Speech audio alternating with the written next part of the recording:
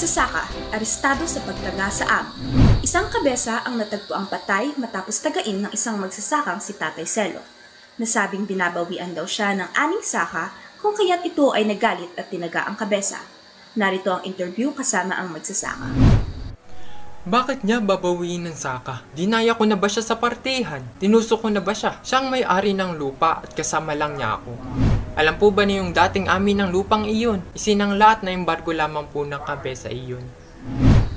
Ang magsasaka ay nasabing patuloy na nakikiusap na huwag paalisin sa sakahan. Maraming tao ang hindi makapaniwala kung kaya ang munisipyo dinagsa ng taong bayan. Narito ang ilang hinanaing mula sa taong bayan.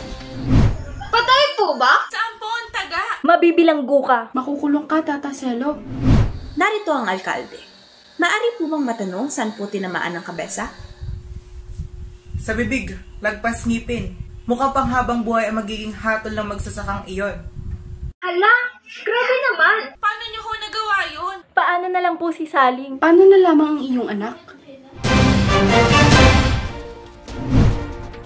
Matapos interviewin ang magsasakang si Tata Selo, napag-alaman na ang kabesa ay naturing isang mapang-abuso at nasabing unang namisikal sa magsasaka. Nasa may sangka lang po ako nung dumating ang kabesa. Alam kong binapanood niya ako kung kaya pinagbuti ko ang paggawa para malaman niya na malakas pa ako, na kaya ko pang magsaka. Walang ano-ano po'y bigla na lang niya ako tinawag at sinabing makakalis na ako sa aking saka.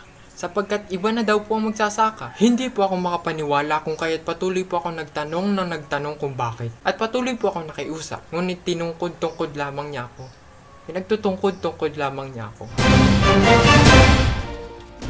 Anak ng magsasakang may sakit, nakitang bumisita sa kanyang ama.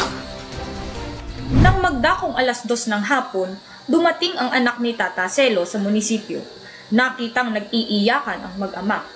Hindi natuwa ang magsasaka nang makita ang kanyang anak at sinabing mas ikabubuti ng anak na manatili na lamang sa kanilang tahanan. Patuloy nitong pinapauwi ang anak.